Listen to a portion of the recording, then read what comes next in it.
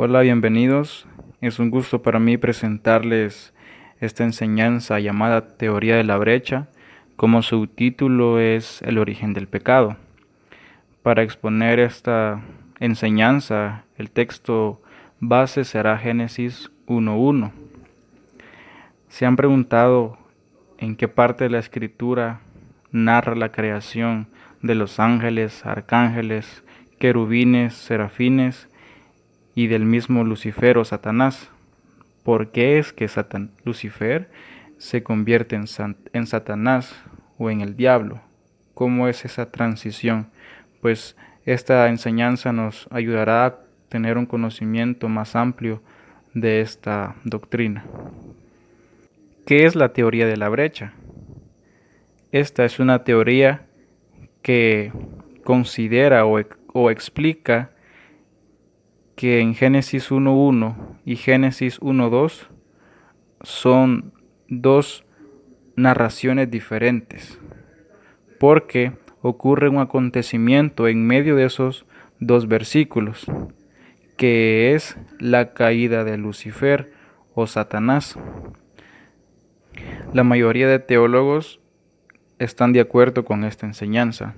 A manera de introducción, en esta enseñanza haremos un análisis bíblico, teológico, lógico y científico, porque abarcamos áreas como la geología, la biología y los principios de la física, entre otros. Conocer esta teoría o esta enseñanza nos podrá despejar muchas dudas y asimilar el por qué los males de esta tierra, por qué los diferentes deseos de la carne, como se explica en Gálatas capítulo 5, versículo 17, por qué es que el mundo está como está. Y ya que toda causa tiene su consecuencia, por ende partiremos conociendo la causa. ¿Cuál es la causa de los males en este mundo? ¿Cuál es la causa de que eh, el mundo esté lleno de tinieblas, lleno de pecado, de vanidad, de orgullo, de enemistades, de pleitos, de guerras, entre otros? Comenzaremos leyendo el libro de Génesis capítulo 1, versículo 1. Dice, en el principio creó Dios los cielos y la tierra. Vamos a tratar de desmenuzar este versículo. Y la primera pregunta que nace al leerlo es, ¿en el principio de qué? ¿De qué principio está hablando? Bueno, eh, cuando dice la palabra Dios en el principio, se está refiriendo a la eternidad o al tiempo ayón. Esto lo explica la física.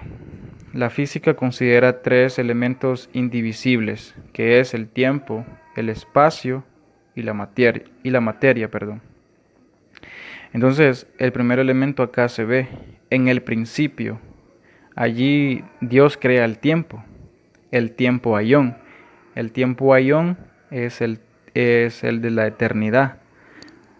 Dice un versículo que para Dios 1000 años es como un día y un día es como 1000 años. A eso se refiere el tiempo ayón. Ahora el versículo 1 en el original hebreo sonaría de la siguiente manera. Bereshit bara Elohim hasamayim bet aeretz. Y esto está en la diapositiva. En el principio creó Dios los cielos y la tierra. La palabra Bereshit es en el principio. Bara es crear de la nada. Dios crea de la nada. O sea, se refiere a que Dios, sin utilizar materia, sin utilizar nada tangible, hace la creación de la nada. Dios crea los cielos y la tierra. La palabra bara, como repito, significa crear de la nada, ¿sí? Esa palabra es clave para poder comprender el capítulo 1 de Génesis. Cuando dice en el principio, es antes de que Dios creara todo lo que vemos. los cielos, los mares, las plantas, es antes de todo lo creado. El principio es antes de Génesis 1.1. ¿Qué había antes de Génesis 1.1? Ese es el principio, hermanos. Finalizando con el versículo, sigamos donde dice, creó Dios, Dios Padre, ¿verdad? Los cielos. Allí los cielos se ilustra en la imagen izquierda. Y aprovecho para decir que las imágenes que van a estar viendo nada más las he agregado como apoyo visual. No exactamente tienen que ser así, ¿ok? Es un apoyo visual. Bueno, los cielos. Los cielos se refiere a la eternidad. A la eternidad, ¿qué es la eternidad? La eternidad es una dimensión donde habita Dios y toda la multitud celestial. No habita ningún ser humano, ningún animal, no habita nada de eso. La eternidad es una dimensión donde no existe el tiempo. ¿Sí? Esa es la eternidad, el tiempo ayón, el tiempo de Dios, que para Dios un día es como 1000 años y 1000 años es como un día. Creó Dios los cielos, imagen izquierda, y la tierra. Y ya vamos a ver a qué se refiere. Habiendo comprendido esta parte, cuando Dios dice los cielos, crea la eternidad, crea el tiempo ayón. En los cielos Dios crea las entidades espirituales. Estos son seres creados. Ninguno es Dios, ninguno es semidios. Son criaturas que por supuesto están a un nivel superior a los humanos, todos ellos. Y dentro de las entidades espirituales también existen jerarquía en el cielo. Toda organización necesita de una jerarquía, ¿sí? Entonces, comencemos con los ángeles. Los ángeles están ilustrados en la imagen inferior izquierda, donde se ve que hay muchos. Los ángeles son mensajeros. Los arcángeles, si no me equivoco, están en la parte superior derecha, donde solo está uno. Los arcángeles está a una jerarquía mayor a los ángeles, ¿sí? Los arcángeles también pueden considerarse mensajeros. Por ejemplo, cuando el arcángel Gabriel va donde la Virgen María y le explica el nacimiento virginal que ella va a tener y le da el nombre de nuestro Señor Jesucristo, le da el nombre que le tiene que poner al niño. Posteriormente habla con José, ¿verdad? Entonces, esos son temas un poco más que se pueden profundizar, pero lo aclaro desde ya, ¿verdad? Los arcángeles. Los querubines es la posición jerárquica mayor en el cielo. Un querubín es un protector en el cielo. Están frente a Dios protegiéndolo según la escritura. Los serafines también están con Dios. Serafín significa los que arden y se cree que es porque arden por el amor hacia Dios, por la pasión hacia Dios. Pero los mayores en el cielo son los querubines. La Biblia describe a un querubín.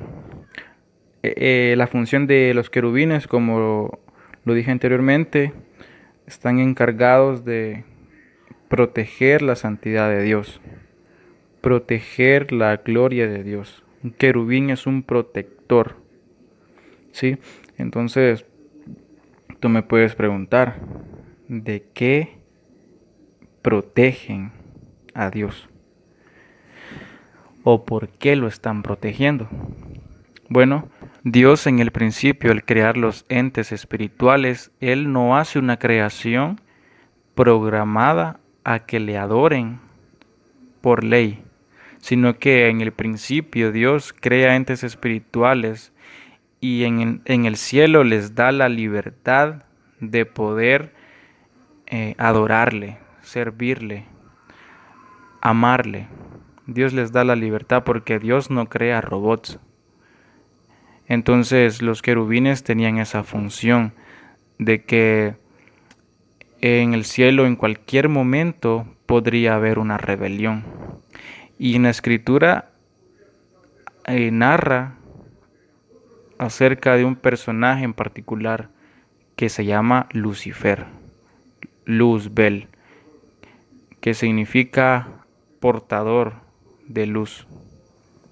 Voy a hacer una pausa brevemente con la creación de los cielos y voy a explicar cuando Dios crea la tierra. Recuerden la imagen del planeta Tierra anteriormente en la gráfica que estaba del lado derecho. Bueno, cuando Dios creó los cielos y aquí la tierra, Dios crea los mares, los lagos, los ríos, las plantas, el jardín del Edén. Y ojo, que en el versículo 1, cuando Dios crea la tierra, no está Adán y Eva dentro del huerto del Edén. Y en último lugar, Dios crea los dinosaurios. Aquí aparecen los dinosaurios, ya que la ciencia nos dice que los dinosaurios han existido durante muchos años atrás, millones y millones de años atrás. Entonces podemos apreciar una creación acá en la tierra perfecta, una creación ordenada, una creación limpia, una creación sin desorden, porque Dios es un Dios de orden, Dios es un Dios de luz. En Dios no hay vacíos, porque dice el libro de Números de que Dios lo llena todo. Dios todo hizo perfecto, todo lo hizo perfectamente equilibrado, todo lo hizo abundante, lo hizo para su gloria. Y alguien pudiera hacer una pregunta muy acertada. Entonces, si más adelante se crea el sol y la luna que sirven para hacer el proceso de fotosíntesis y que las plantas crezcan y que los árboles den fruto y sirve para equilibrar los, el sistema, el medio ambiente, eh, los sistemas ecológicos, el clima, que es tan importante. Entonces, si más adelante Dios crea el sol, la luna, hasta el día 4, ¿cómo es de que era posible en el versículo 1, cuando Dios crea la tierra? Bueno, no era necesario. Esa es la respuesta. No era necesario porque uno de los atributos de Dios es que Dios tiene aceidad. La aceidad implica en que Dios no necesita a nadie ni nada para existir. Él es suficiente. Entonces, en el principio, cuando Dios crea la eternidad y crea la tierra prácticamente la tenía enfrente de Dios. Él se deleitaba viéndola y ya que Él es luz, Él es vida, Él producía el proceso de la fotosíntesis en las plantas. Él hacía con su misma presencia que, que vida brotara en la tierra, que todo funcionara. No había sol, el sol no estaba funcionando en el versículo 1. No había sol, no había luna. Dios era quien, por así decirlo, administraba la tierra, tenía cuidado de ella, la llenaba. Dios, porque tiene aceidad, Él tiene existencia en sí mismo, no necesita de nada ni de nadie para existir, ni para vivir, ni para ser. Él es porque Él es Dios. Amén. Bueno, luego de haber comprendido que la tierra fue creada ordenada, llena, fructífera, hablemos sobre la eternidad, lo que estábamos mencionando casi al inicio. La eternidad es una dimensión donde no existe el tiempo. Es donde Dios habita. Dios no habita acá. Dios no está en la iglesia, en las congregaciones. Dios no habita en ningún templo, según la palabra de Dios. Dios sí está eh, presente, por ejemplo, aquí donde estoy, en mi escritorio. Dios está en espíritu.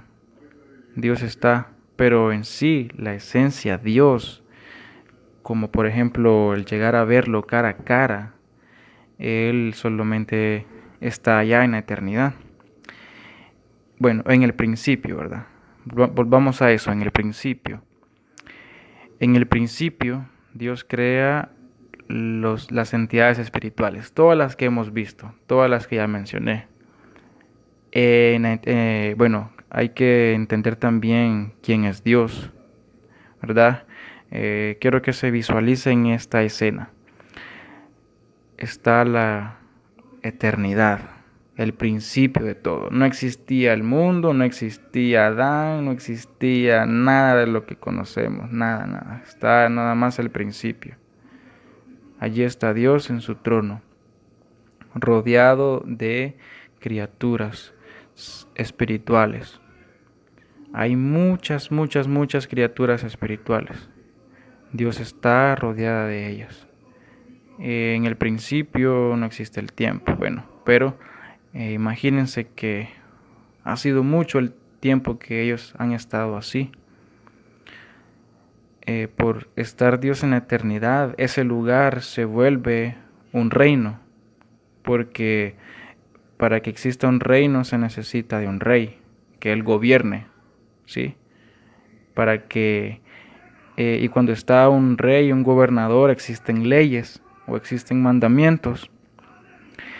En el reino de Dios o en la eternidad, imagínense esa escena, eh, Dios está con sus leyes, Dios está reinando.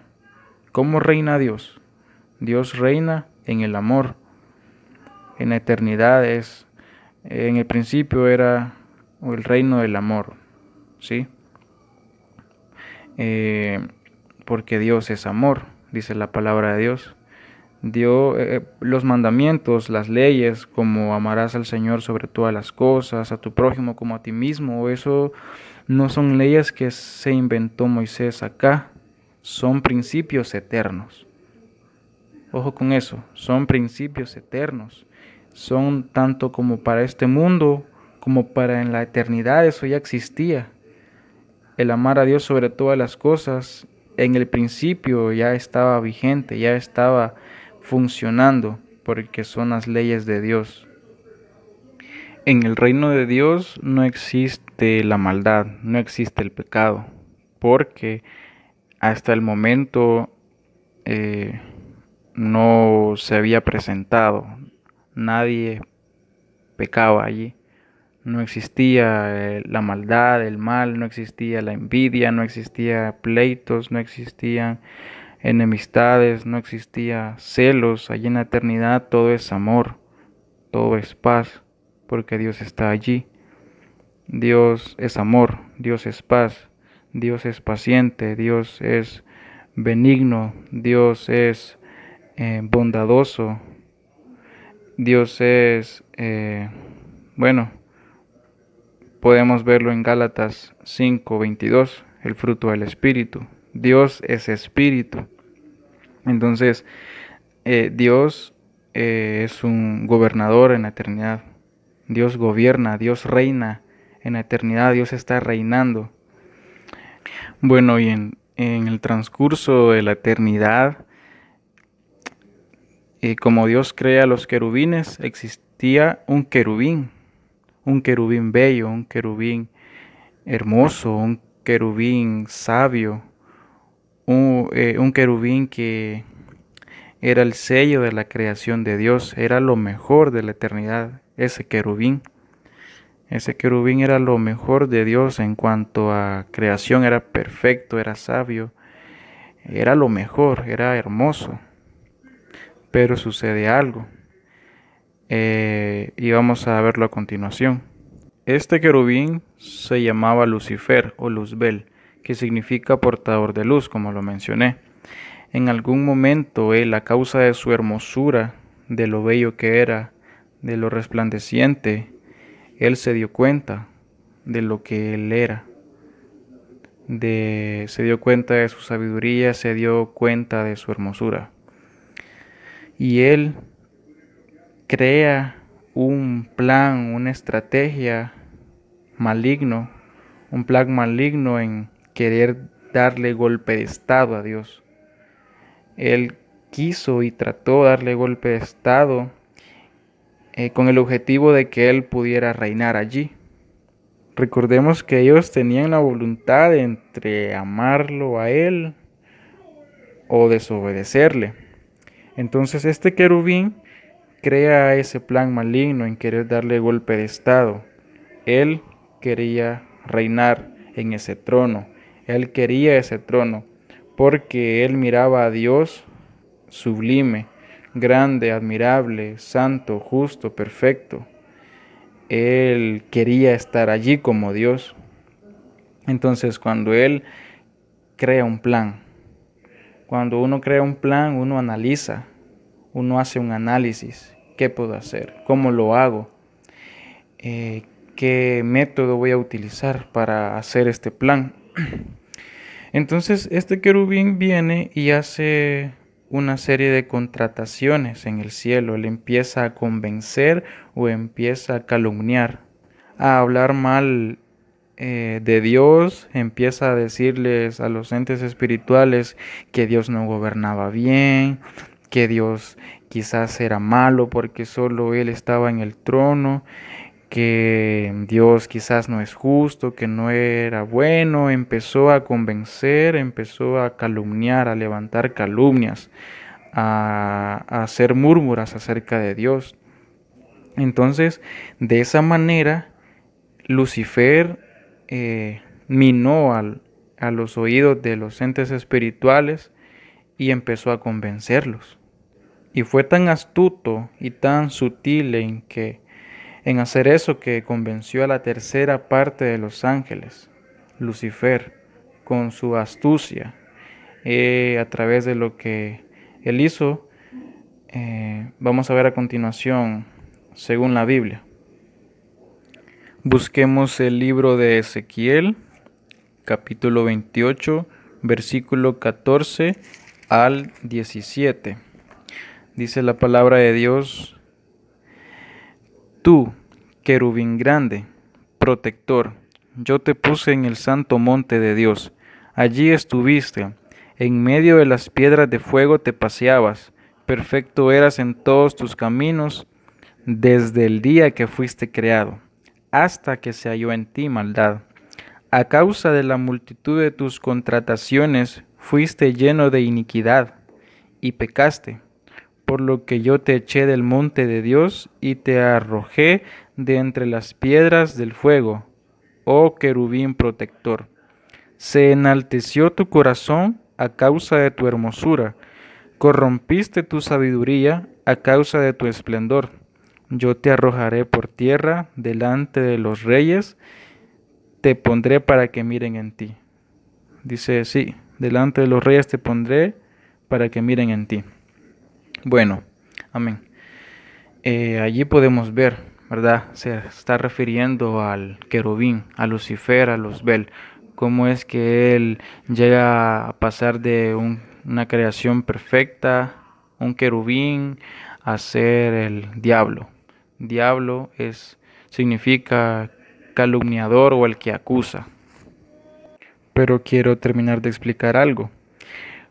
¿Qué pasa cuando Lucifer se presenta a Dios y le muestra el plan que él tiene? Que él puede gobernar mejor, que él tiene mejores ideas y que considera de que lo va a hacer mucho, mucho mejor. Porque eso se lo presenta en público y los ángeles quedan atónitos, quedan sorprendidos. Imagínense que cuando hay dos personas que están discutiendo, por decir algo, discutir no es pelear, discutir es una plática formal, seria, Entonces cuando dos personas lo hacen, uno se queda, ¿qué está pasando? Mira, mira a saber qué pasa allí. Entonces imagínense los ángeles, eso fue un, un momento tenso, un momento extraño, que un querubín se rebele contra Dios. Los ángeles se quedaron asombrados y voltearon a ver a Dios, a ver qué Dios iba a hacer, cómo iba a actuar, qué iba a responder. Recordemos de que en el reino de Dios, Él reina con amor, con gozo, con paz, con paciencia. Dios todo lo sabe. Y Él ya sabía que Lucifer se iba a presentar con ese plan. Él ya lo sabía por su omnisciencia. Pero ¿cómo actuó Dios? ¿Qué hizo Dios? ¿Cómo actuó? Dios en su inmensa paciencia, en su inmensa paz, lo escuchó. Porque la Biblia dice, eh, un versículo, sed pronto para oír, tardo para hablar, tardo para airarse. Parafraseando, ¿verdad? Entonces Dios es así, Dios lo escuchó, Dios le dijo, ajá, sí, cuéntame, ¿qué quieres hacer? Lo escuchó detenidamente. Todos sabemos de que Dios tiene el poder o en el momento tuvo el poder de aniquilar a Lucifer, de exterminarlo totalmente en el momento y así evitar que el pecado se hubiese propagado de esta manera en el mundo. Dios lo pudo hacer. Dios pudo exterminar a Satanás, a Lucifer, pero ¿por qué no lo hizo? Porque eso iba a generar miedo en los demás ángeles que son buenos. Ya le iban a tener miedo y ellos iban a decir, puchica, o sea que a Dios no se le puede decir nada porque se enoja, porque se puede alterar, no se le puede decir nada, Él es enojado. Eso generaría miedo. La adoración ya no iba a ser con amor, porque es el reino del amor, recuerden. Yo no iba a ser con amor, iba a ser con miedo. Y Dios no quiere que uno le tenga miedo a Él. Dios no quiere que uno le tenga miedo, pánico, que lo vea. No, Dios quiere que uno le ame sobre todas las cosas. Entonces Dios lo escucha a Lucifer y él dice, bueno, vamos a hacer algo. Te voy a dar la tierra, la que yo creé en el principio. Te voy a dar la tierra y le dice, bueno, hagamos algo. Como no lo fulminó, ¿verdad? Él en su sabiduría le da el espacio a la tierra. Y él, enfrente de los ángeles buenos, él decide darle la tierra y que todos puedan ver cómo Lucifer pensaba, planeó reinar en el principio, en la eternidad. Entonces Dios dijo, bueno, voy a darte la tierra y vamos a ver cómo quieres gobernar, para que de esa manera todos mis ángeles puedan ver qué es lo que tú querías hacer acá. Porque recuerden que los seres espirituales no, no saben el, el futuro. Entonces ellos de esa manera iban a aprender qué es lo que quería hacer Lucifer en el cielo. Podemos ver de que Dios no crea a Lucifer malo, Dios no lo crea malvado, ni hace que se vuelva malvado. Dios, por ser un Dios justo, le dio la voluntad de que él pudiera elegir si amarle sobre todas las cosas o amarse a él mismo, que es el orgullo. Ese fue el mandamiento que Lucifer violó, el primero, el más importante, amar a Dios sobre todas las cosas. Y vamos a ver con Biblia cómo es que Dios arroja a Lucifer acá a la tierra. Vamos a buscar el libro de Isaías, capítulo 14, versículo 12 al 13. ¿Cómo caíste del cielo, oh lucero, hijo de la mañana? Cortado fuiste por tierra, tú que debilitabas a las naciones, tú que decías en tu corazón, subiré al cielo, en lo alto, junto a las estrellas de Dios, levantaré mi trono y en el monte del testimonio me sentaré, a los lados del norte. Amén. Bueno, el primer pecado que se cometió en el universo fue la vanidad y el orgullo. La Biblia no dice que Lucifer fumaba marihuana, que él bebía cerveza, o porque él usaba pantalones, porque él usaba gorras. No, la Biblia dice que a causa del corazón de él, eh, a- a- dice, se enalteció tu corazón a causa de tu hermosura. O sea que ahí vemos vanidad y orgullo. Y ese es el primer pecado con el que deberíamos de tratar todos los días, porque todos somos así, todos somos vanidosos, todos somos orgullosos por naturaleza, nos gustan los aplausos, nos gustan reconocimiento, no nos gusta que nos corrijan, no nos gusta que alguien sea superior a nosotros, no nos gusta. Ese es el primer pecado y que, que, que deberíamos de tratar. Y es un pecado tan grave que Dios expulsó a Lucifer por haberlo cometido. Allí no dice que Lucifer pecó porque fumaba, porque tomaba, porque usaba pantalones, ¿verdad? Como dije. Y es lo primero que señalan los pastores. Es lo primero. Y no enseñan a dejar la vanidad y el orgullo, los deseos de la carne, las envidias, la enemistad, los pleitos, ¿verdad?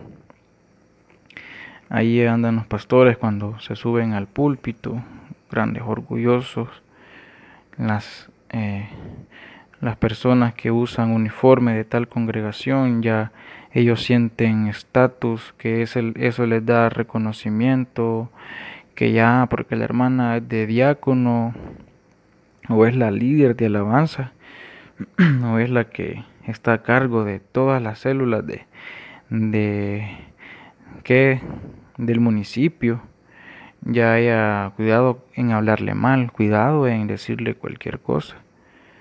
Eso hace la vanidad del orgullo, porque uno es diácono y el otro es el que solo llega a limpiar, o ella solo es congregación, no sirve en la iglesia, no tiene labor de servir. Eso es lo que enseñan muchos, los ministros, los cantantes cristianos son orgullosos la mayoría, cantan para gloria de ellos, los, los ministros, ¿verdad? Y mire, hermanos, que grave es este pecado y es el que cometió Lucifer. Y todos somos así por naturaleza y es con lo que debemos de luchar. Amén, no hay que olvidar eso. Bueno, cuando Dios manda a Lucifer a la tierra, como él contrató, en el cielo hizo contrataciones. Él, murmuró acerca de Dios y convenció a la tercera parte de los ángeles. Y Lucifer con la tercera parte de los ángeles fueron arrojados a la tierra. Y esto ocasionó en el versículo 2 el desorden. El impacto que ellos hicieron acá hizo que se extinguieran los dinosaurios. Porque la ciencia afirma que los dinosaurios existieron. Eh, los, el petróleo, por ejemplo, son restos fósiles. Es lo que son los restos de los dinosaurios, el petróleo. Según la ciencia, el petróleo son restos fósiles. Son lo que ellos dejaron, ¿verdad? Al extinguirse. Eso es lo que provocó la caída de Lucifer, la extinción de los dinosaurios, el desorden. Imagínense que usted termina una maqueta para la escuela y viene alguien y se para en la maqueta. Lo que usted había creado, elaborado, se destruye. Se destruye. ¿Y qué le va a tocar hacer a usted? Le va a tocar volver a armar todo, reelaborar su tarea, reelaborar su trabajo. Entonces, cuando estos entes espirituales impactan la tierra, provoca caos, provoca desorden, provoca vacío, vienen las tinieblas, porque en Primera de Juan dice de que Dios es luz y ninguna tiniebla hay en él. No hay tinieblas en Dios porque Él es luz, pero en el versículo 2 ya se ven las tinieblas, ya se ve el desorden y Dios es un Dios de orden. Entonces, ¿qué pasa allí? Y según la gramática, en el versículo uno finaliza con un punto. Según la gramática, eso indica de que la idea del autor finaliza. Y después viene el versículo 2 ya con otra idea. Ya se ve el desorden, el vacío, ¿verdad? Ahí puede ver en su Biblia, dice, y la tierra estaba desordenada y vacía, y las tinieblas estaban sobre la faz del abismo. O sea, ¿cómo es eso de que Dios crea los cielos y la tierra? El versículo 2 dice que la tierra está desordenada y vacía. No, si Dios crea, lo crea ordenado, ¿verdad? No cuadra mucho ese versículo 2. Tiene que haber pasado algo.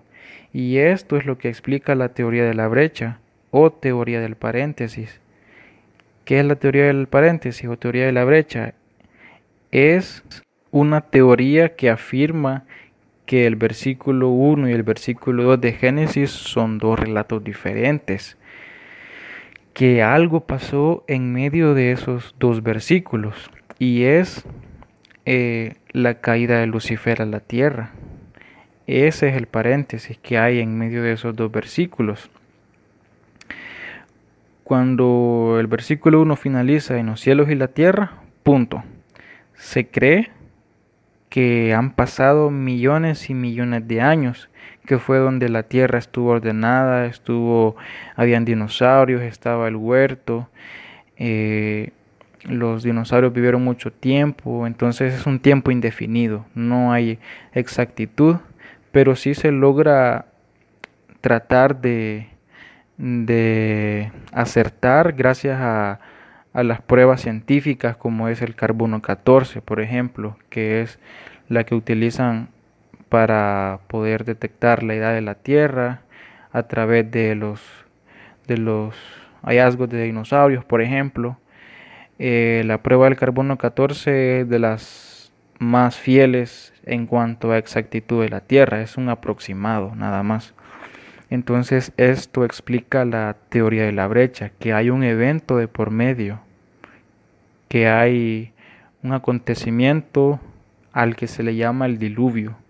Fue el primer diluvio, el segundo fue el del arca de Noé, pero el primer diluvio fue el de la legión, perdón, el de la entidad espiritual.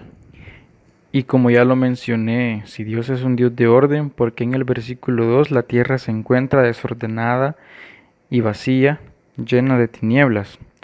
La respuesta es porque Dios es luz y no hay ninguna tinieblas en él. Primera de Juan 1:5.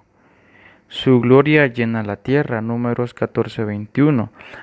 La palabra en hebreo para desordenado y vacío es tohu y bohu. Y esta palabra es la que aparece también en el relato de Lot, cuando ella se convierte en estatua de sal. Ella no era estatua de sal, ella pasa a ser estatua de sal, pero en su naturaleza original, ¿verdad? En lo que ella fue, no era así, en realidad ella era una persona. Entonces Tohu se vuelve el, el significado para ese versículo también, donde hablas acerca de Lot, que, que dice que no era así. Entonces, La tierra, también dice en Isaías 45:18 que, que, que el propósito fue para que no estuviese desordenado y vacío. Dice, Dios no la creó en vano, tohu bohu en el hebreo. Dios no la crea desordenada y vacía, Dios la crea con un propósito, porque Dios es un Dios de propósitos, y Dios la crea para que fuese habitada, según Isaías 45:18. Ahora veamos la recreación. En sí lo que sucede en el versículo 3 en adelante, al 31, no es la creación como tal, es una recreación. Al ver Dios este desorden, este caos que provocó Lucifer, Él vuelve a recrear la tierra y Él la recrea para que fuese habitada, porque Él ya tenía pensado crear acá a Adán y a Eva, entonces tiene que volver a recrear para que ellos puedan vivir bien. ¿Por qué es una recreación? Porque recuerden que la palabra hebrea para crear de la nada, bara, en el segundo día Dios no crea el agua, Dios solamente la separa. ¿Por qué? Porque el agua ya existía. De igual manera no se emplea la palabra bara, crear de la nada en el hebreo. Cuando Dios hizo las dos grandes lumbreras, la mayor y la menor, ¿verdad? Para que señorease en el día y la otra en la noche, en el versículo 16.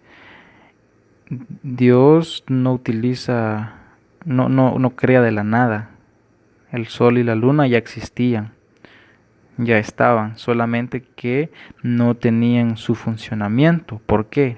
Porque recordemos de que no era necesario, porque Dios llenaba todo. Dios daba vida a las plantas, a los árboles, ya que Él tiene aceidad.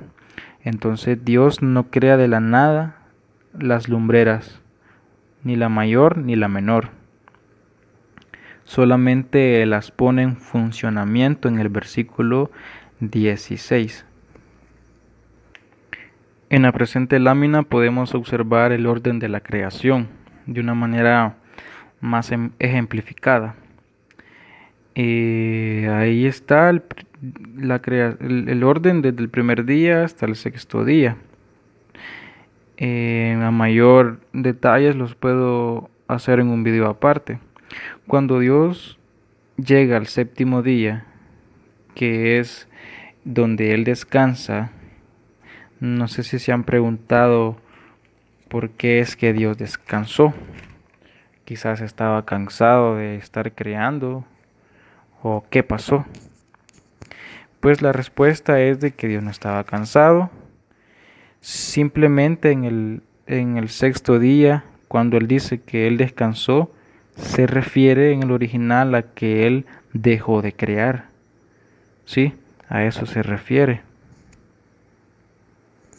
Quiero destacar un dato importante. Según los científicos en los últimos estudios, ellos afirman de que el ser humano no hubiese existido si no hubiese tierra, si no hubiese agua, si no hubiese sol, si no hubiese estrellas, si no hubiese peces, aves, animales.